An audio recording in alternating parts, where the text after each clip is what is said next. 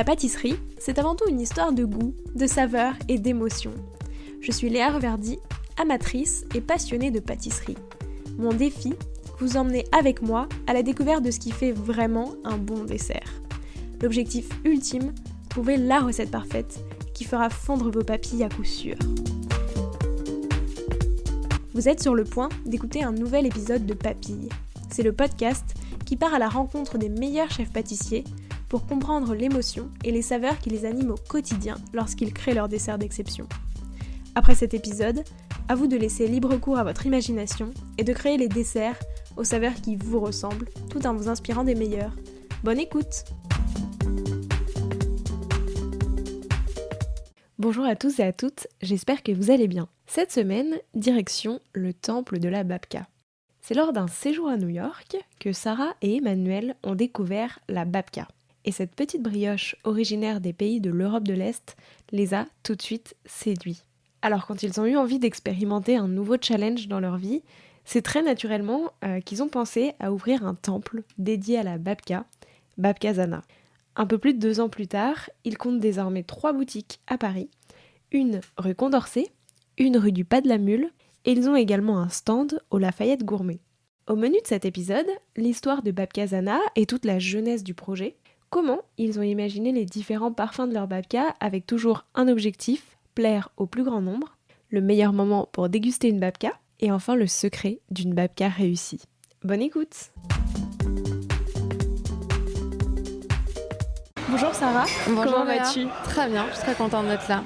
Moi aussi, je suis ravie d'être avec toi.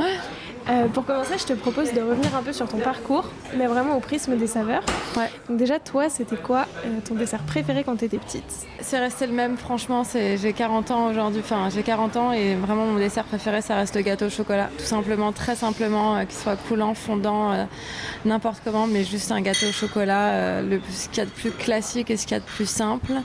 C'est vraiment la chose auquel je ne résiste jamais. Voilà. Et c'est quoi la babka parfaite pour finir un repas du dimanche midi? Alors, je t'avoue que d'abord je mange plus trop de babka parce qu'à un moment donné on essaye de faire un petit peu attention et qu'en fait on mange tellement en testing et qu'on est régulièrement en testing sur toujours les nouvelles, les prochaines créations. Mais après, moi j'avoue que j'ai eu un faible c'est la banoffee. Donc vraiment avec une crème de lait, du café, de la banane, du spéculoos, enfin bref. Et donc voilà, et après fruits et de la passion chocolat au lait, la babkami, ça reste pour moi une de mes préférées. Voilà, une bonne brioche avec une feuillantine dedans, du fruit de la passion, du chocolat au lait, enfin bref, que des bonnes choses.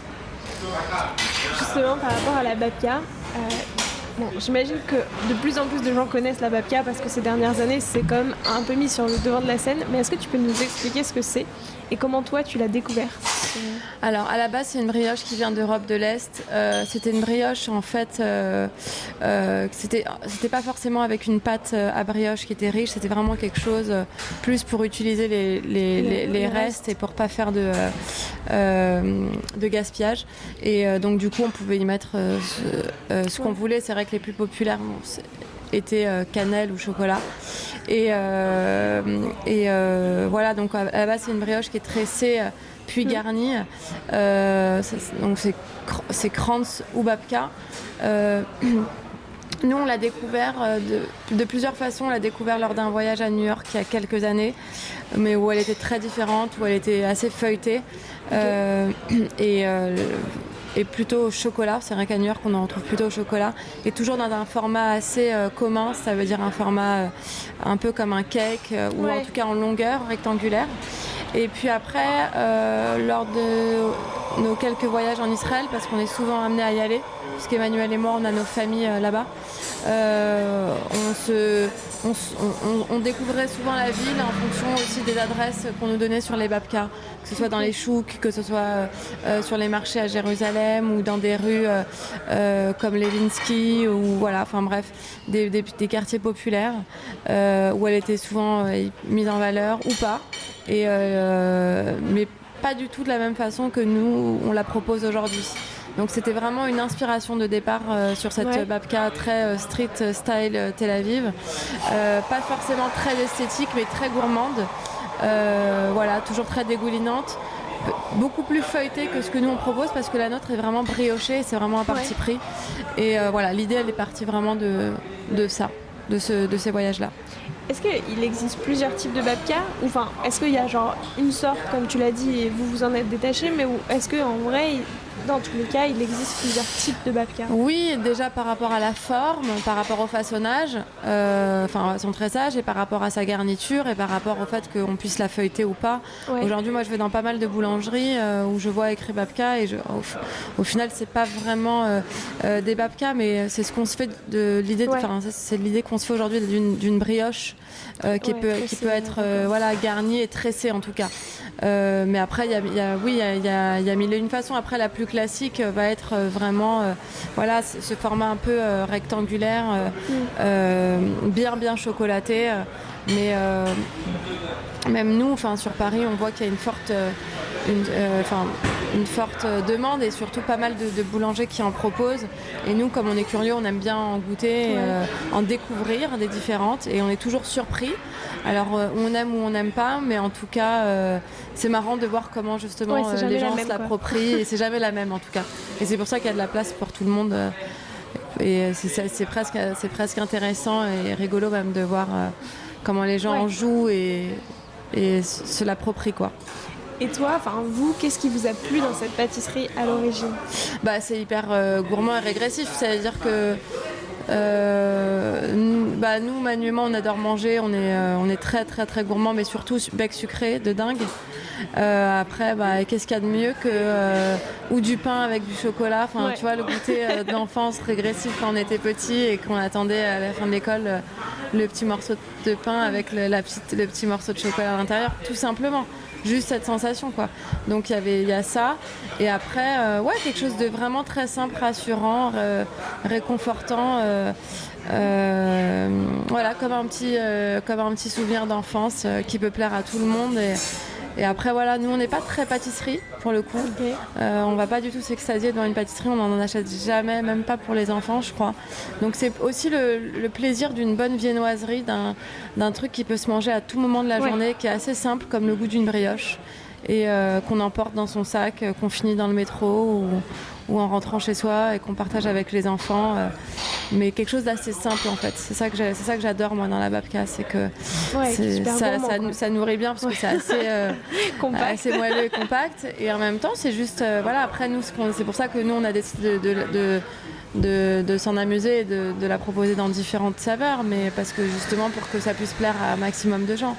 Mais de toute façon, le goût de la brioche, ça plaît. Ouais, ça rassemble. Je connais pas beaucoup de gens qui aiment pas ça, quoi. C'est clair. Surtout quand t'as de la brioche qui est garnie avec des choses. Voilà, exactement. Avec des bonnes choses, tout se passe bien normalement. C'est ça. Ouais. Et comment est-ce que l'idée de Babkazana vous est venue? Alors l'idée de Babkazana, la vraie histoire, c'est qu'une vraie histoire, c'est que tout simplement, Manu et moi, on avait 36 ans ou 37 ans. Moi, on avait fait notre famille. Moi, j'étais en freelance dans le prêt-à-porter. J'étais styliste pendant presque 20 ans. Manu était dans le cinéma, dans la réal et dans la prod depuis 20 ans aussi. Et puis, en fait, on se rendait compte avec nos métiers, comme on était en free, qu'on avait toujours 2 jours dans la semaine un peu creux, un peu vide, et qu'on pourrait très bien s'intéresser à quelque chose d'autre et faire quelque chose. Donc, c'est quelque chose qu'on a gardé au coin de notre tête. Et puis, très vite... un jour, la phrase « et si on faisait des babkas ?» et comme ça est arrivée. Et Manu a été hyper réceptif à cette phrase. Il m'a dit grave. De là, il s'en est amusé et ça veut dire que tous les week-ends, on avait le droit à de la babka. Les premières recettes qu'on utilisait, c'était celle du livre Jérusalem Ottolenghi, qui était vraiment notre Bible. Enfin, qu'il est encore toujours, et donc du coup, Manu vraiment essayait toujours de faire des babkas avec cette pâte-là. Okay. Et donc tous les dimanches, on en emmenait chez les copains, chez la famille ou à Shabbat, pour les faire tester, mais juste en étant fiers, mais pas tout de suite en se disant que vraiment on allait se lancer. On s'était pas encore vraiment pris au sérieux. Et puis un jour, Zana, ma belle-mère, la maman d'Emmanuel, nous a dit, écoutez, sur cette histoire de babka, je ne sais pas si vous allez aller au bout ou pas, Mais si un jour vous le faites et vous décidez vraiment d'y aller, sachez que moi je peux vous aider et je serai derrière vous parce que je crois en votre idée. Je crois que ça nous a vraiment beaucoup soulagé et je sais pas, ça a créé quelque chose en tout cas de se dire waouh. Enfin, Zana c'est quelqu'un qui est assez pas critique mais qui elle se force pas à dire des choses donc c'est généralement bon signe quand elle croit à quelque chose et puis voilà. Et donc l'idée du tout départ parce qu'on voulait pas forcément quitter notre travail de cœur qu'on exerçait, c'était de faire quelque chose en parallèle, mais de faire comme une espèce de petite fabrique à Babka, quelque chose un peu planqué dans Paris, où on pouvait en fait proposer des Babka très classiques, vraiment un format et 2 parfums, que pour les pros, et en l'occurrence aussi pour des coffee shops, pour des espaces de coworking, pour des tables d'hôtel, de brunch. Donc c'était vraiment ça l'idée, et donc on a travaillé longuement sur ça. On s'est entouré très vite de Benoît Castel qui a été notre consultant sur ce projet, qui a été extraordinaire et très patient parce qu'on lui a fait, parce qu'on voulait vraiment une Babka qui soit vraiment trop bonne. Enfin, on avait cette exigence là, puis surtout c'est pas notre métier, donc un peu frustré pas complexé mais presque de pas avoir fait de CAP ou de s'improviser, donc d'être un peu autodidacte dans cette voie-là. Donc on s'est dit autant s'entourer des meilleurs et on a choisi Benoît et c'était vraiment le meilleur choix. Et puis en fait, quand on a commencé vraiment à s'approcher de cette date d'ouverture, en tout cas de concrétiser le projet, en fait c'est là qu'on s'est rendu compte, et c'est souvent comme ça dans les projets, en tout cas dans l'entrepreneuriat, c'est souvent vers la fin que je trouve que les meilleures idées elles arrivent. Ça veut dire que quand on est arrivé à 60% du projet, on s'est dit mais en fait d'abord le B2B c'est cool, mais autant s'adresser vraiment à des clients, à nos clients, et puis surtout créer un univers d'une boulangerie levantine à part entière, où en fait on retrouve tous les produits qui touchent en fait cette culture un peu ashkénaze qui vient de l'Europe de l'Est, mais aussi méditerranéenne, la nôtre, même celle qui vient de Tunisie, du Maroc, qui nous a bercés, enfin bref, des choses qu'on a mangées même petit. Et en fait, pourquoi pas faire un pont entre ces deux cultures-là, créer une alliance avec cette culture juive évidemment au milieu. Et puis en fait, c'est à ce moment-là qu'est venue l'envie de créer une boulangerie avec une quinzaine de produits qu'on a déterminés très vite ensemble. On savait qu'évidemment il y avait la babka, mais aussi la challah, qui est un pain à la base qu'on mange que le vendredi soir, et c'est dommage parce que c'est quand même un très bon pain, donc nous on a voulu le proposer toute la semaine comme un pain un pain du quotidien, quoi. Notre baguette, et après le rugelard et plein d'autres choses qui nous sont venues très spontanément, et c'est ça qui est chouette aussi, qui a été cool. Et aujourd'hui vous avez 2 boutiques. Alors on en a 2, mais on en a 3 après-demain. Bientôt. Voilà. On ouvre un troisième point de vente au Lafayette Gourmet. Okay. Donc on avait été invité il y a un an en stand éphémère, et puis aujourd'hui on y sera en stand permanent. On est très contents. On a hâte de voir un petit peu ce que ça va donner. Félicitations, c'est une belle progression. Un an et... En 2 ans et demi. Ça a mis 2 ans et demi, c'est vrai qu'on est très contents. On est très très contents.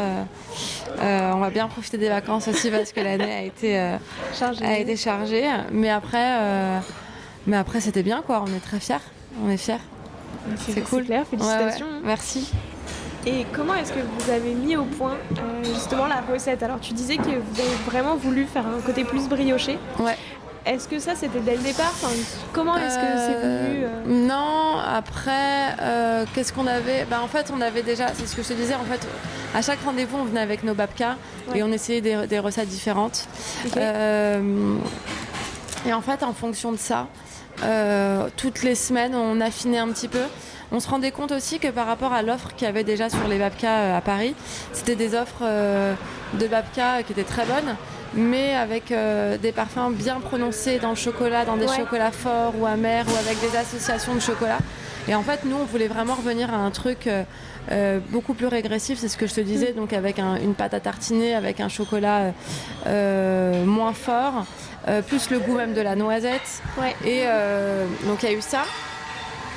On voulait vraiment un côté très moelleux de la brioche et c'est pour ça d'ailleurs qu'on a fait appel à Benoît parce que Benoît fait une des meilleures brioches de Paris. Pour ceux qui ne le savent pas. Et donc du coup, c'était vraiment cette association-là qu'on voulait d'une brioche très très moelleuse avec une mie bien filante et en même temps une pâte à tartiner bien généreuse et légère aussi en goût. En fait, on voulait quelque chose qui soit familial, qui puisse s'adresser vraiment, que ce soit vraiment un goûter d'enfant. Donc ça se traduisait aussi comme ça. Et après, je pense que là, la plus grande difficulté, et je pense que c'est la meilleure idée qu'on ait eue sur Babka, et je suis contente qu'on ait réussi à le faire, c'est le rôle. Ça veut dire qu'en fait, la babka, on en trouvait évidemment et on en trouve toujours dans des très bonnes boulangeries. Mais ce format, comme un cinnamon roll ou alors voilà, comme on peut retrouver un pain au chocolat ou un croissant de viennoiserie individuelle, un peu comme un truc, c'est très anglo-saxon je trouve au final, mais c'est quelque chose qu'on ne retrouvait pas beaucoup à Paris. De cette expérience d'avoir un rôle, un format individuel et pas à la part, à la tranche, etc., qui sèche peut-être parfois plus. Donc la difficulté, elle a été là. C'est vraiment de trouver cette bonne forme, cette bonne portion individuelle qui soit pas trop grosse et en même temps assez généreuse et avec un façonnage quand même assez joli. Sans non plus partir sur quelque chose de trop compliqué parce qu'on fait pas de la pâtisserie. Donc c'était quelque chose qui assemble toutes ces demandes-là en fait. Quelque chose qui soit esthétique parce que comme tout le monde, on aime le beau. On aime le beau et le bon puisque ça passe par là aussi. De s'extasier devant une vitrine d'une boulangerie ou d'une pâtisserie, ça passe. Donc c'est un plaisir pour nous. On veut un beau bon et après on voulait vraiment quelque chose qui puisse se manger en famille sur une table de brunch, une table de déjeuner, de goûter, d'un amoureux qui offre ça le matin à sa nana ou du papa qui vienne à 8h quand il tombe du lit le matin un dimanche qui viennent avec son fils acheter une pâtisserie, une viennoiserie pour la famille. Et donc donc c'était plus ça. Donc c'était de la forme, la garniture et quelque chose d'assez moelleux. Et puis voilà. Et c'était quoi votre toute première création? À côté de cette babka, la babka classique que vous avez mis au point, votre première création, elle avait quelle saveur? Autour de la babka? Ouais, autour de la babka. En fait, au départ, on voyait les choses en petit parce que l'idée c'était vraiment déjà de gérer nos productions et de s'assurer d'une qualité certaine. Donc on était parti sur 4 parfums, on est parti sur 4 parfums parce que ce sont les 4 parfums classiques, donc chocolat noisette, pistache fleur d'oranger, halva citron, donc sésame citron et cannelle muscovado. Et puis à un moment donné on s'est dit, on a eu envie de se challenger et d'aller un peu plus loin et de se dire peut-être qu'on peut proposer d'autres choses en parfum en tout cas. Donc on a eu très très envie de pouvoir la décliner. Alors te dire laquelle était la première, je sais pas, mais je me souviens en tout cas une des premières qui était donc en tout cas dans la première année de création où on était parti sur c'était pour octobre, donc pour Halloween on était parti sur pumpkin. Donc potiron avec un praliné et des noix de pécan caramélisées et c'était fantastique et du coup on a commencé un peu comme ça à raconter la babka du mois. Sauf qu'on savait pas qu'à un moment donné si on le faisait une fois il fallait le faire tous les mois. Donc on s'est mis une pression de dingue, mais heureusement on est très bien entouré et on a des équipes qui sont curieux et qui aiment bien justement se challenger et qui sont conscients aussi que cette pâte à babka c'est un terrain de jeu assez immense pour s'amuser aussi bien en sucré qu'en salé et sur plusieurs formats, enfin bref. Donc, mais je crois que c'était celle-ci, en tout cas une des premières moi qui m'a marquée où je me suis dit waouh, ça envoie, c'est cool, on va pouvoir s'amuser. Ouais, et puis c'est original quoi. Ça change du classique. Et puis elle avait une certaine couleur par rapport au pumpkin, à la pumpkin, etc. Et c'était assez surprenant et cool. Voilà. Justement, tu disais qu'il y a un énorme terrain de jeu pour s'amuser. À quel point est-ce que tu peux créer différentes choses avec une babka, tu vois, sur les textures, les goûts? À l'infini. Après, il y a des choses qui sont pas recommandées, par exemple tout ce qui est confiture, etc. On sait très bien que ça sèche, mais c'est intéressant ta question parce que En fait, on a tellement eu envie d'aller loin que du coup, après, on a réfléchi à d'autres tressages et d'autres façons de garniture. Donc, à la base, la garniture, c'était vraiment quelque chose qu'on étalait dans la pâte pour après tresser et enrouler. Et puis après, on s'est dit, mais pourquoi on peut aussi préparer des cœurs avec des crémeux à l'intérieur ou des pochages.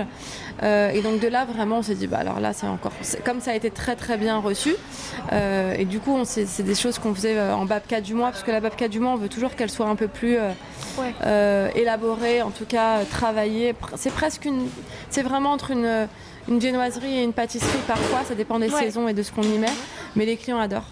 Les clients adorent, ça fait partie de leur babka préférée. C'est vraiment quand il y a un espèce de crémeux. Je pense à une babka qu'on avait fait pour un restaurant qui s'appelle Gomi à Paris. Et on avait fait un crémeux à la trina, à la crème de sésame avec un chocolat au lait. Et c'est certainement l'une des plus populaires parce que c'est un peu la babka surprise qu'on ouvre en deux. Et puis il y a presque, pas un cœur coulant, mais un espèce de crémeux très généreux, un peu vraiment... assez coquin quoi, un truc un peu junk food,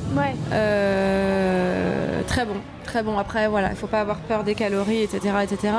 Mais généralement quand on vient chez nous, c'est qu'on a adhéré à l'idée qu'on pouvait prendre du poids ou en tout cas se faire plaisir. Mais c'est vrai que voilà, il y a pas de limite. Et en tout cas à chaque fois on a été heurté à une limite, on a réussi à trouver un moyen de la contourner et de Oui, c'est ça, parce que tu parlais des confitures, mais j'ai le souvenir de la babka du mois de mai. C'est ça, où il y avait la confiture de fraises. Parce qu'en fait, c'est presque un insert, en fait, quelque chose qu'on met après. Oui. En tout cas, des choses qu'on peut pas cuire. Mais du coup, vous avez contourné ce truc. Exactement. Après, c'est des choses qui demandent beaucoup plus de temps et de travail parce qu'il faut attendre que la babka refroidisse et voilà. Mais c'est une façon de penser nos créations aujourd'hui. Se dire que voilà, on peut très bien la travailler autrement. Et les clients en plus se sont habitués à ça. C'est vrai que parfois du coup on perd ce côté un peu babka de l'original et parfois on en est même loin. Mais finalement ce qui reste dans une babka c'est cette pâte et un tressage et voilà, et le fait que cette pâte soit garnie. Ouais, c'est ça, et puis c'est ça qui est chouette, c'est de voir toutes les sortes. Puis finalement, tu vois, tu dis on s'éloigne, mais en fait quand tu rentres chez Babka Zana, t'as aussi la babka un peu plus classique. Bien sûr. Modèle, Exactement. Parfois vraiment, et d'ailleurs on a des clients qui nous demandent, qui viennent, qui connaissent pas et qui nous disent donnez-moi ce qu'il y a de plus populaire, qui sont pas forcément curieux, ils veulent juste goûter quelque chose où ils savent que voilà, ils vont pas prendre de risques. Qu'est-ce qui ressemble le plus à une babka, qu'est-ce qui est une babka en fait. Donc ils vont vraiment sur le parfum, le chocolat ou la cannelle. En tout cas, c'est là où on les dirige. Et puis après, il y a les curieux qui veulent se laisser faire, qui sont très très au courant des nouveautés parce que on a un compte Instagram et on a une communauté qui est hyper à l'écoute. C'est-à-dire que je peux poster un truc dans l'heure pour communiquer sur un nouveau produit. 30 minutes après, il y a quelqu'un qui vient, qui se pointe pour tester quoi. C'est vrai qu'il y a aussi un phénomène chez Babka Zana, c'est que on déteste le gaspillage. Donc les gens peuvent nous reprocher parfois de faire des petites prods, mais on déteste se retrouver avec beaucoup de marchandises en fin de journée. Donc c'est vrai qu'on fait en sorte d'être au plus près de la vérité sur les quantités. Parfois ça fait des gens un peu tristes parce qu'ils viennent vraiment 20 minutes avant la fermeture et qu'on n'a plus rien. Mais en même temps, c'est une manière de nous assurer que voilà, qu'il n'y aura pas de gaspillage. Et donc il peut y avoir une frustration parfois à ce niveau-là, mais l'idée, et je ne sais plus pourquoi je te disais ça, de pourquoi on parlait des petites prods. Je sais plus, j'ai perdu le fil. Mais non, mais ouais, puis après, c'est vrai que c'est... Oui, les gens sont frustrés, mais à la fois, ça veut dire que t'as vraiment envie de manger cette babka et que... Exactement. Et c'est tant mieux, tu vois. Bien sûr. Les babkas du mois, donc tu m'as dit d'où venait cette idée, etc. Comment est-ce que vous trouvez les inspirations de toutes ces babkas ? Très sincèrement, beaucoup, à 80%, c'est en fonction de la saisonnalité des produits qu'on va utiliser. Souvent les fruits. Oui. Donc il y a souvent ça qui nous inspire. Après, on a un calendrier où on sait qu'en fait, il y a des mois pour des périodes où les gens ont envie de plus de de gourmandise, et il y a des gens où parfois, enfin des périodes où les gens ont envie parfois de plus de légèreté, c'est comme nous. Donc on essaie d'être très à l'écoute de ça, mais la saisonnalité des fruits à partir du printemps, ça c'est vraiment ça, on y prête vraiment attention, et c'est aussi comme ça qu'on construit nos créations dans nos têtes. Et après, voilà, ça veut dire qu'on sait que août-septembre, on peut travailler la figue, les fruits rouges printemps-été. Enfin, c'est des petites choses comme ça auxquelles on réfléchit. Après, on sait qu'entre octobre et décembre, on peut y aller sur tout ce qui est un peu junk food, parce que c'est une période où les gens sont toujours un peu, pas dire déprimés, mais toujours un peu mélancoliques, un peu en état de spleen, de trucs, ok, il nous faut du sucre. Donc on se dit, comme nous à la maison, quoi. On sait très bien qu'il y a des moments où on relâche un peu et on a juste envie de se faire plaisir, et c'est parfait pour l'automne. Donc sur l'automne, généralement, on envoie, quoi. On essaye de faire des choses qui nous, vraiment, c'est là où nous, en tout cas, on s'amuse le plus dans nos créations, parce qu'on se dit tout est permis. Après, donc voilà, ça vient beaucoup de ça. C'est vrai que voilà, très simplement, pour Pâques, toujours on fait des créations qui sont vraiment dédiées à des envies sur le chocolat. Voilà, c'est vraiment lié en fonction de la saisonnalité des produits. Et après, des associations, c'est des petites choses, parce que comme on est très curieux, Manu et moi, et que voilà, on aime bien regarder un petit peu quand on voyage, un peu ce qui se passe, des associations, et puis même on cuisine beaucoup, lui et moi. Donc parfois on essaye des choses à la maison qui fonctionnent très bien. Et du coup voilà. Et puis après il y a de l'intuition aussi. Il y a de l'intuition de se dire que voilà, que ces deux choses fonctionnent bien. Donc pourquoi pas. Et puis on fait les choses suffisamment aussi en amont. Ça veut dire que quand on réfléchit à une création, par exemple celle de septembre, on sait qu'on a au moins un mois de testing, donc où tous les jeudis, un jour par semaine, on se réunit pour goûter avec toute notre équipe, parce que c'est vraiment hyper important d'avoir l'avis de notre équipe de création. Voilà, pour pouvoir tester. Chaque chose est importante, parce qu'après c'est vrai qu'une fois qu'elle est lancée, on ne fait pas souvent marche arrière. Et puis souvent les rôles du mois sont très très bien accueillis, donc c'est des rôles qui peuvent partir très vite et avoir quand même pas mal de débit, donc des quantités assez importantes dans la semaine, et surtout le week-end, où on a plus de gens qui viennent quand même le week-end. Donc vraiment on fait hyper attention. Et puis surtout, je me rends compte avec les réseaux sociaux, avec Instagram, qui a un compte, je m'occupe du compte Insta, et j'adore avoir des retours. Alors parfois c'est des retours positifs ou négatifs de gens qui ont été déçus, mais qui nous le disent. Et en fin de compte, c'est hyper important, parce que voilà, c'est aussi une façon, voilà, de pouvoir sans changer réellement, mais de pouvoir améliorer quelque chose. Après, il y a des gens qui sont très contents et qui nous disent ah là là, mais c'est la meilleure babka du mois, etc. Et puis il y a des gens qui sont un peu moins contents, qui sont un peu plus déçus. De toute façon, l'idée c'est que, comme dans tout, on peut pas séduire tout le monde. Sauf sur un rôle chocolat noisette, je pense qu'on met tout le monde d'accord, mais sinon c'est difficile de faire l'unanimité. Mais voilà, après on essaye aussi de ne pas faire des choses trop compliquées en termes de saveur, parce que ça rejoint ce que je te disais tout à l'heure, c'est que nous, ce qu'on aime le plus, c'est quand les familles viennent chez Babka et qu'elles peuvent vraiment déguster ça avec les enfants. Donc il faut que ce soit aussi agréable pour eux, gourmand. Et donc du coup on essaye de rester quand même sur des choses assez simples. Voilà. Est-ce que sur ces babkas du mois, déjà est-ce que vous refaites certaines babkas? Bien sûr, on en refait alors avec en toute transparence, parce que parfois du coup on a là, c'est comme cette année qui s'est passée, on a eu entre les deux ouvertures plus le livre qui est sorti chez Hachette il y a un mois, on a eu 3 mois, 4 mois assez chargés, et donc du coup un planning de création qui était un peu fermé parce qu'on n'avait pas trop le temps.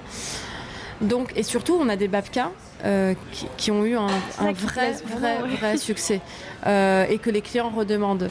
Donc du coup on sait très bien qu'il y en a à peu près 5 ou 6 qui font l'unanimité et qui ont vraiment beaucoup séduit, plus que d'autres. Donc c'est ce qui se passe là, par exemple sur celle de juillet, on ressort une au citron avec un lemon curd, une crème citron et citron vert qui est vraiment délicieuse, qui était sortie l'année dernière, et on nous l'a redemandé. Donc voilà, et puis après il y en a toujours 3 ou 4 qui reviennent dans l'année parce que c'est les plus gourmandes.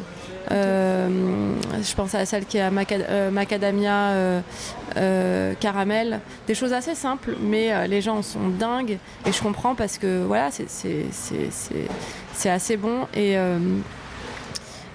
voilà, et puis donc on est assez à l'écoute sur ça. Ouais. Sur ça, Et ouais. est-ce qu'il y en a qui étaient à l'origine des babkas du mois et qui ont intégré, tu vois, les babkas que tu peux retrouver tout le temps? Non, alors c'est marrant parce que tu me dis ça parce que ce matin je me suis fait une note à moi-même et je me suis dit, parce qu'en fait on en a une qui est au double chocolat, même triple chocolat, parce qu'il y a 2 chocolats et la pâte était au chocolat. Ouais. Et en fait, de temps en temps, quand on a envie de booster un petit peu les week-ends, on la met en vente. On la propose en plus. Ça veut dire qu'on a 2 babkas du mois. On en a une qui est celle qui représente et celle de la babka du week-end en plus. Et c'est souvent la double choco qui vient un peu en star et du coup qui prend un peu toute la place parce que les gens l'adorent. Elle est vraiment très gourmande parce qu'elle est vraiment double choco. Ouais. Et si on devait en intégrer une en permanente, en gardant les 4 autres, bien évidemment, ce serait celle-ci parce que enfin voilà, ça fait partie des prefs du top 5.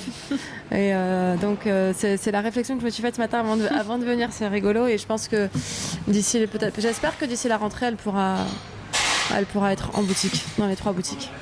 Ouais. Et c'était quoi les saveurs de la toute dernière babka que vous avez créée? La toute dernière babka, parce que j'ai vraiment une mémoire de nulle, mais c'est celle de, on était très en retard, c'est celle de juillet. Non, pas du tout celle de juillet, c'est celle de août. Celle d'août que j'ai goûtée la semaine dernière, qui est très bonne, qui est à la ricotta. Ricotta, figue fraîche, et amande. Voilà. En fait, il y a quelques mois, on en avait fait une avec de la ricotta et des cranberries. C'était assez intéressant. Ça faisait un peu pâtisserie ashkénaze presque, tu vois. La ricotta est pas salée, mais amène un petit goût et une consistance à la brioche qui est vraiment très agréable. Et donc du coup, ce sera celle d'août qui est très douce. Voilà, okay. C'est pas la plus gourmande parce que elle est, y a pas un truc, il n'y a pas de cœur coulant ou quoi que ce soit. Elle est pas très sucrée, on a fait attention à ça. Mais on a aussi cette demande-là, en fait, pour juste apprécier aussi la brioche, mais avec des petites choses à l'intérieur qui vont juste faire plaisir. Et oui, comme la figue, voilà. Et bon, après figue, ricotta, voilà, c'est des associations, on sait que ça fonctionne très bien. C'est quoi le secret d'une bonne babka? Alors, le secret d'une bonne babka... que t'as goûté, du coup. Non, je vais te dire quelque chose. Le secret d'une bonne babka, moi, des babkas, j'en mange pas tous les jours. J'en mange souvent, mais j'avoue que là, depuis qu'on a Vosges, et puis on a souvent... je bouge souvent entre le bureau, le laboratoire de production, Condorcet, et donc le salon de thé. Mais le plaisir de la babka chaude qui sort du four à Condorcet, qu'on vient de siroter, qu'elle soit très simplement à la cannelle, une cannelle chaude qui sort du four à Condorcet, pour moi c'est tout simplement, je pense qu'il n'y a pas meilleur en fait. Sincèrement, pour moi c'est la meilleure expérience quoi. C'est ce qu'on peut faire de mieux. C'est vrai que le fait qu'elle soit chaude, avec cette mie justement filante et la cannelle qui caramélise. Enfin, je parle de la cannelle parce que c'est ma préférée. Je trouve que pour moi, c'est la meilleure des expériences. Enfin, c'est ma préférée. Et cette babka cannelle, du coup, celle-là, vous l'aviez imaginée parce que... la babka cannelle, tout simplement. Quoi. Oui, après très simplement ce qui se rapproche d'un cinnamon roll, parce que c'est quand même sa cousine germaine ou même sa sœur. C'est vraiment un petit tressage qui change et après c'est juste que notre pâte à babka, nous on la laisse pousser 48 heures, donc elle a le temps vraiment d'être vraiment hyper moelleuse après cuisson. Mais la cannelle évidemment. La cannelle, ça fait partie vraiment des choses qu'on aime le plus avec Emmanuel. Donc on a quelques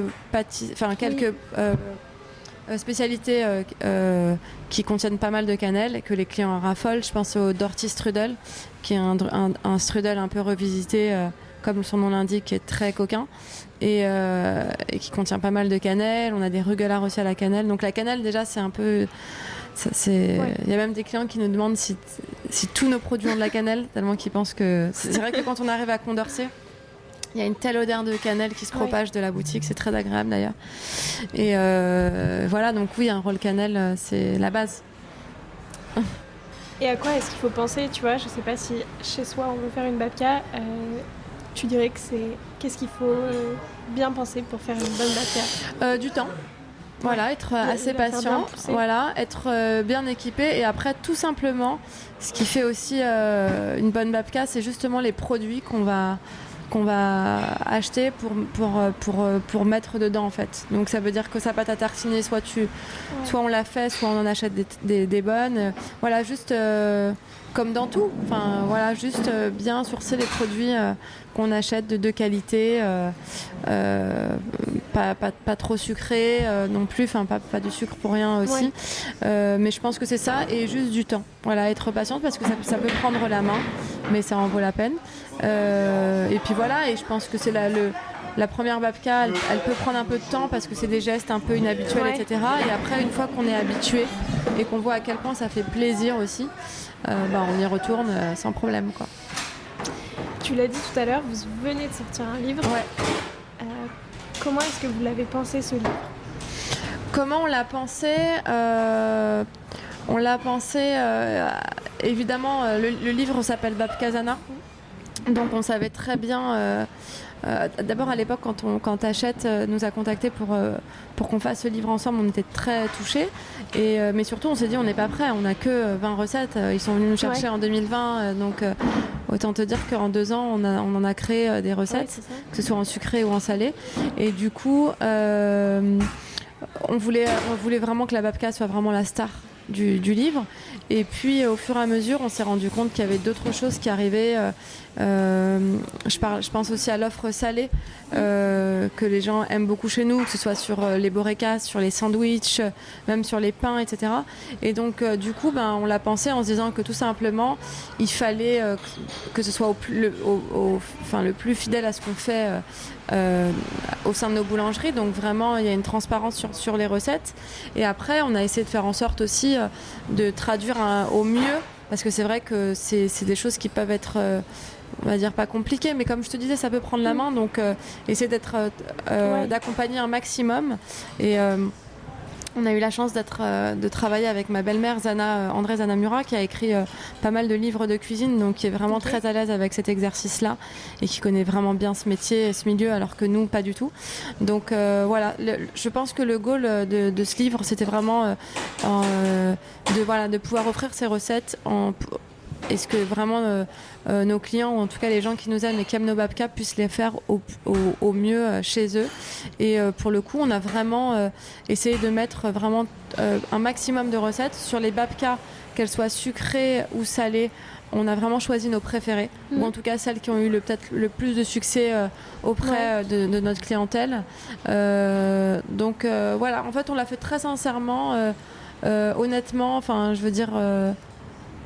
comme quelque chose qu'on donne et par rapport à des recettes vraiment qui nous accompagnent au quotidien. Donc c'est vraiment les recettes qu'on retrouve à la boulangerie, donc le cheesecake, les pains, les cookies, les mounas, donc toutes ces choses qui font partie aujourd'hui de l'offre, parce qu'il n'y a pas que des babkas, et avec des déclinaisons, parce que c'est toujours un peu l'idée. Ce qu'on fait nous, c'est qu'on propose un produit, je pense au rugelard par exemple, et après on aime bien le décliner avec différentes saveurs. Et donc voilà, ça s'est fait vraiment très très naturellement. On a pris le temps de le faire aussi, parce qu'un livre c'est pas rien. C'est long, ouais c'est long. C'est un autre travail qui n'était pas du tout le nôtre aussi, mais donc on a pris le temps, voilà. Et je te dis, le mot d'ordre, c'était de faire les choses avec cœur et sincérité pour que ça puisse se traduire, et voilà. Est-ce que vous avez imaginé des recettes spécialement pour le livre? Non, on n'a pas imaginé des recettes. Il y a des recettes qui font partie du livre, mais que nous, on n'a pas encore eu le temps de développer. Okay. Comme le pain, il y a des pains. Il y a un pain qui s'appelle le Purse Bread, qui est un pain libanais qu'on adore, qui est dans le livre, qui est un pain sublime. Purse Bread, donc c'est un pain en forme de sac. C'est des pains vraiment très populaires au Liban, qu'on retrouve vraiment dans les chouks. Et c'est un pain où donc il y a la recette qui figure. En fait, on a fait aussi toute une histoire de on récupère tout. Ça veut dire en fait quand il nous reste de la pâte à babka, qu'est-ce qu'on peut en faire? Quand il nous reste des chalotes, qu'est-ce qu'on peut en faire? Donc des croques avec du zoug ou de l'arissa dedans, des choses un peu rigolotes à faire à la maison et très faciles. Voilà un bread and butter avec la pâte à challah, enfin bref. Donc tout ça, cette page, ce chapitre-là, il est vraiment dédié à tout ce qui est récup, parce qu'aujourd'hui c'est aussi une nouvelle façon de cuisiner. Donc ça, et après je pense peut-être à 2 recettes qu'on n'a pas encore travaillées en boutique, mais parce qu'on n'a pas eu le temps, mais c'est des choses qu'on fera voilà. Qu'est-ce que tu retiens de cette expérience? Du livre? Ouais. Qu'est-ce que je retiens de cette expérience? Genre si tu le refaisais maintenant, est-ce que tu le referais tout pareil? Non, je le referais pas pareil. Je le referais pas pareil parce que c'est vrai que ce qui nous a manqué, c'était... en fait, on a eu une année 2022 assez chargée. J'aurais aimé... prendre un peu plus de temps et qu'il nous incarne un peu plus avec Emmanuel, qu'on y voit aussi notre famille, nos enfants, des choses un peu plus personnelles. Et après mais après je sais pas, franchement je sais pas ce que j'aurais fait de différemment. C'est vrai que c'était une première expérience qui nous a un peu bousculé parce qu'on a vraiment eu envie de bien faire.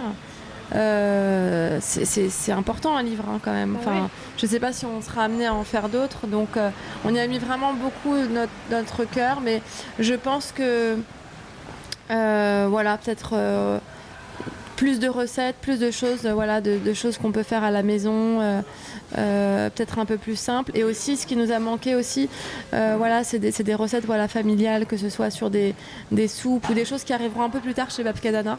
Mais alors peut-être ce sera l'objet d'un 2e livre, ou alors ce sera des choses qu'on postera sur les réseaux. Mais en tout cas, on est très fiers de ce livre et je trouve qu'il nous représente bien. Il est assez, il y a vraiment de tout et on en est très fiers. Très chouette. Voilà. Et c'est vrai qu'il est très joli en plus. Merci. C'est quoi, toi, l'ingrédient que tu adores travailler dans une babka? Tu vois, ton ingrédient chouchou un peu pour faire, hormis la cannelle. Ouais. Non, mais moi je suis très très classique. Genre vraiment, c'est la réponse la plus banale, mais moi j'ai un amour pour le chocolat qui est genre. Je cours à droite à gauche toute la journée. On n'a pas le temps de faire des vrais repas ou de se poser, mais le chocolat c'est vraiment quelque chose qui m'accompagne tout le temps, que j'adore, je résiste jamais.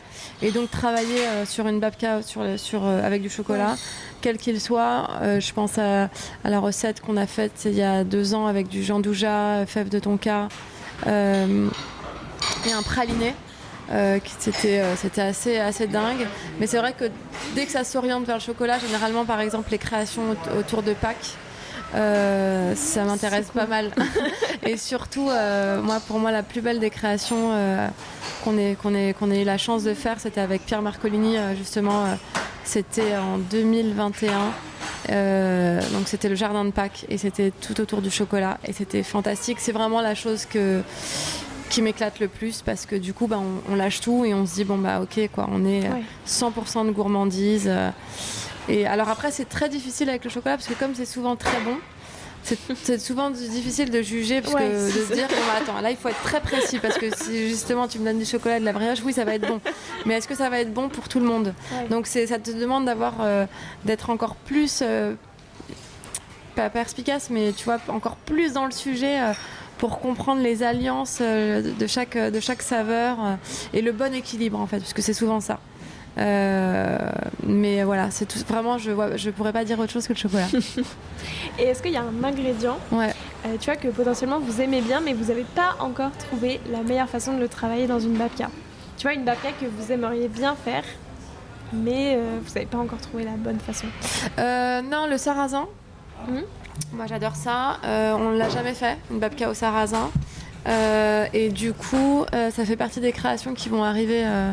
C'est sur notre tableau de brainstorm en grand devant notre tête. Et ça. Et alors après, il y a autre chose, moi, dont je suis fan. Mais voilà, c'est un gâteau industriel. C'est l'Oreo. Alors ça, vraiment, je peux tomber par terre. Donc, c'est trouver un moyen de retrouver le goût de l'Oreo. Sans l'Oreo Indus, hein, mais retrouver ce gâteau, ce biscuit avec cette pâte à tartiner blanche là. Enfin voilà, ces deux contrastes en plus de couleurs que j'adore, mais de manière artisanale, de pouvoir créer cette pâte là chez nous, ça j'en rêverais. Je sais pas si on arrivera à le faire, mais en tout cas j'adorerais. Donc voilà, ça c'est un petit plaisir. Je pense que ça prendra le temps parce qu'il faudra vraiment qu'on puisse bien le réaliser. Mais c'est tout. Je pense que, c'est tout. C'est pas tout du tout parce qu'en vrai il y a 1000 choses. Mais en tout cas celle-là, si je dois en citer qu'une seule, c'est celle-là. Écoute, hâte de goûter ça. Ouais, moi aussi hâte de goûter ça. Maintenant, je te propose de prêter au jeu du questionnaire de Proust des saveurs. Ouais. Déjà, si toi, t'étais une de tes babkas, tu serais laquelle ? La cannelle. Tout simplement, il y a un truc... Vraiment, c'est très très simple et très efficace. Il y a un truc qui pour moi est irrésistible et que j'adore, donc je dirais que c'est celle-ci.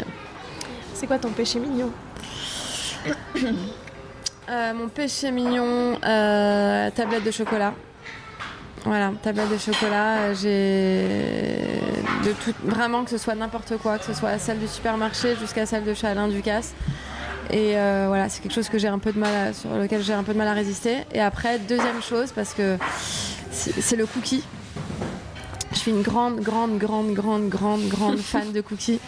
Parfois même une plus grande fan de cookies que de babka. C'est quelque chose, alors ça, quand j'en ai à la maison et j'essaye de ne pas en avoir, c'est très difficile pour moi de résister. Et en plus, je m'amuse. En fait, dès que j'aime quelque chose un peu passionnément, je m'amuse à goûter vraiment toutes sortes de cookies différents. Et je me fais des classements à moi-même toute seule. Ça me rassure, je crois. Et c'est quoi ton cookie préféré ? J'adore le cookie de chez Plaque chocolat noix de pécan. J'adore le cookie Give Me More de chez Scoop Me Cookie. J'adore les cookies de chez Union Bakery à Paris. J'adore les cookies de chez Mamiche et particulièrement celui qui est Peanuts Butter Chocolat Noir, qui font une fois par an. Donc pour moi ça fait partie des meilleurs cookies. Ouais, ça fait partie des meilleurs cookies. Le mien est bon aussi, hein, celui de chez Babka Dana est très bon. Mais là c'est un level quand même... Et c'est vraiment, c'est un truc, c'est waouh. Là, les 5 que je t'ai donnés, là, c'est waouh. C'est waouh. On garde ce classement en tête. Ouais. C'est quoi la babka parfaite pour commencer un lundi matin ? Parce que quand on enregistre cet épisode, on est lundi matin. La babka parfaite... Alors, je vais pas te dire que c'est une babka parfaite, mais c'est la mouna. La mouna, en fait, c'est une brioche qu'on propose chez Babka Dana. C'est une brioche qui est tressée et qui est juste imbibée de fleurs d'oranger, mais c'est avec la pâte à babka. Okay. Et pour commencer un lundi matin, c'est une petite douceur, tu vois. C'est très moelleux, juste la bonne dose de sucre qu'il faut et le goût de la fleur d'oranger. C'est très bien pour démarrer en douceur. Parfait. Et est-ce qu'il y a un pâtissier ou une pâtissière avec qui vous aimeriez faire votre prochaine création, si tu devais en choisir ? Un pâtissier ou une pâtissière... Non, il y en a. En fait, il y a plein de gens qu'on adore, mais je sais pas. J'adore le travail de Julien Dechenaux, qui est chocolatier.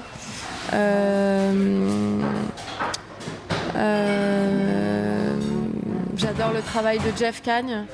On a déjà fait quelque chose aussi avec Benoît Castel, c'était vraiment formidable.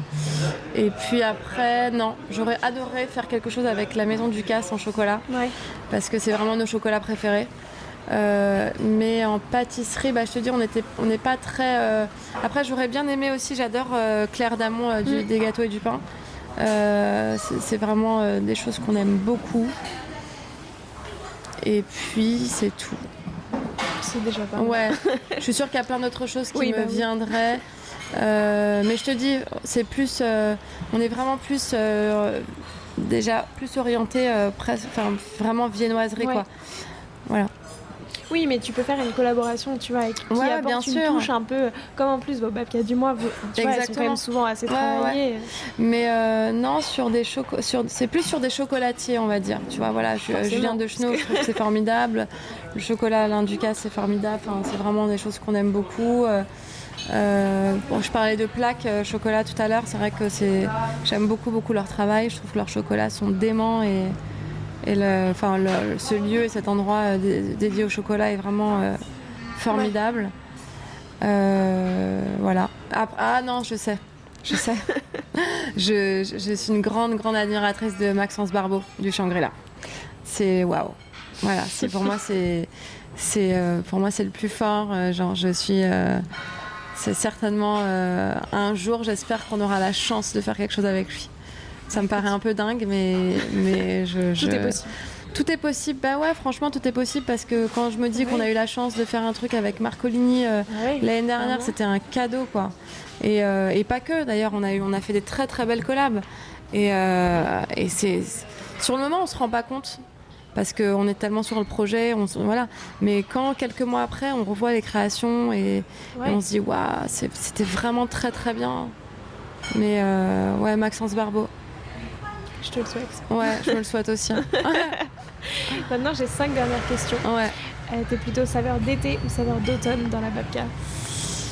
Non, automne. Moi, j'aime tout ce qui est vraiment sale, gras, choco, junk food. Je m'en fous des fruits. C'est pas vrai. J'adore celle aux fruits. Pour moi, c'est une des meilleures.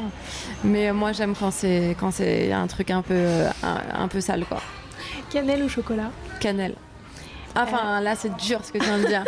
Franchement, les deux. Franchement, les deux ensemble, même. Cannelle, chocolat. Ouais, cannelle, chocolat. Plutôt rugla ou halo? Je sais pas comment ça se prononce. Ouais. Challah. Parce que la challah, c'est... comme j'adore le pain, c'est un pain que je mange tous les matins, du coup. Et que je m'autorise, en tout cas. Le rugla, j'adore ça. Mais c'est vraiment... j'en mange très peu. Mais je me l'autorise moins, alors que la challah, à l'infini. Ouais. Plutôt babka au café ou babka au caramel? Ah non, babka café, ça m'a pas séduit, moi. Ah ouais? C'était pas pour moi. Non, ça a séduit pas mal de gens, mais non, caramel. Et encore, caramel, je suis pas une dingue non plus. Donc c'est pas mes deux préf, mais entre les deux, je dirais caramel. Et enfin, plutôt babka lemon curd ou babka nofi? Ah, babka nofi, sans problème.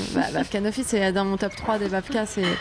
Il faudrait que tu la goûtes pour comprendre. En version, Non, elle pourrait pas passer en version parce que c'est un travail qui est assez important, parce qu'il y a vraiment plusieurs garnitures et comme je te disais, il y a un crémeux, donc il faut vraiment attendre, etc. Ouais, mais et puis après c'est très junk food, donc c'est pas tout le monde qui y va en fait, tu vois. Mais de manière qu'elle vienne et revienne de temps en temps, c'est une bonne chose, mais en permanente, non. C'est quand la prochaine fois qu'elle reviendra? Là, l'été, ça y est, je sais que là, les nanas, elles sont en summer body, donc je vais les laisser tranquilles et ça sera pas pour tout de suite, mais je pense, je te dis, généralement à partir de l'automne chez nous, à partir même du 1er octobre, on commence à faire plaisir, à y aller, quoi, sans peur, tu vois, on n'est pas farouche, quoi.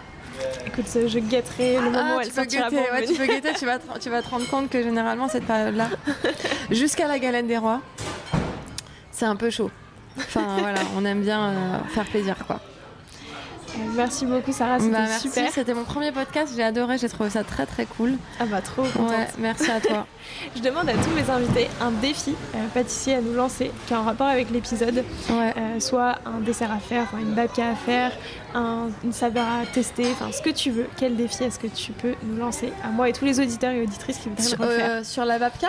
Ouais, par exemple, ou n'importe quoi d'autre, hein, si t'as d'autres idées. Oh là là.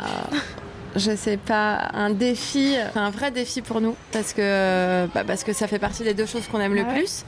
Et on avait eu cette idée, on en avait parlé avec Scoop Me a Cookie, avec Laura de chez Scoop Me a Cookie, que je connais pas beaucoup, mais que j'apprécie et que j'admire énormément, parce que j'adore Scoop Me. Et on s'était demandé comment on pouvait faire ça, et on a laissé le projet un peu en stand-by. Mais si ça pouvait se faire, ce serait cool. J'aimerais bien pouvoir le faire, mais j'ai pas encore la bonne histoire et la bonne idée. Voilà. Mais, défi accepté. Défi accepté. Je te lance aussi du coup. Ouais. Écoute, quand j'aurai un peu le temps, pas tout de suite, mais peut-être à la rentrée, on s'y penchera. Mais ouais, une babka cookie, trouver à faire quelque chose avec ces 2 douceurs-là, ça risque d'être bien chouette. Ça peut être vraiment pas mal. Ouais. Je te laisse le mot de la fin. Est-ce qu'il y a quelque chose que tu as envie d'ajouter pour clore cet épisode ? Non, vraiment juste des remerciements. Voilà, merci à toi. Pour ta confiance. Non, j'ai été ravie de pouvoir m'exprimer. Et c'est toujours un plaisir en fait de raconter l'histoire de Babka, parce que c'est une jolie histoire. Ouais. Et que voilà, on est toujours un peu à tête dans le guidon dans notre taf du quotidien, à gérer le court, le moyen et le long terme. Et puis de temps en temps de se poser et de raconter cette belle histoire que je vis avec Emmanuel, avec mon mari. Et ça fait du bien. Ça nous rend fiers, on est contents. Et moi, ça me rend fière aujourd'hui de te la raconter. Tu peux. Voilà. Et c'était passionnant. Merci beaucoup. Merci à toi. J'espère que cet épisode vous a plu. C'était le dernier de la saison. La semaine prochaine, on se retrouve donc pour une petite saison estivale autour des histoires des desserts emblématiques. Soyez au rendez-vous et prenez soin de vous.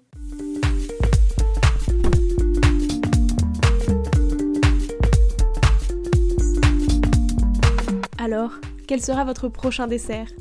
Merci d'avoir écouté cet épisode jusqu'au bout. S'il vous a plu, n'hésitez pas à le partager aux gourmands qui vous entourent. Et si vous voulez soutenir Papille, 2 choses. La première, notez l'épisode 5 étoiles sur Apple Podcast et laissez un joli commentaire. La seconde, vous rendre sur papillepodcast.com, sans oublier le S de Papille, et vous abonner à la newsletter pour être prévenu de la sortie des prochains épisodes et des articles que j'écris régulièrement. À bientôt!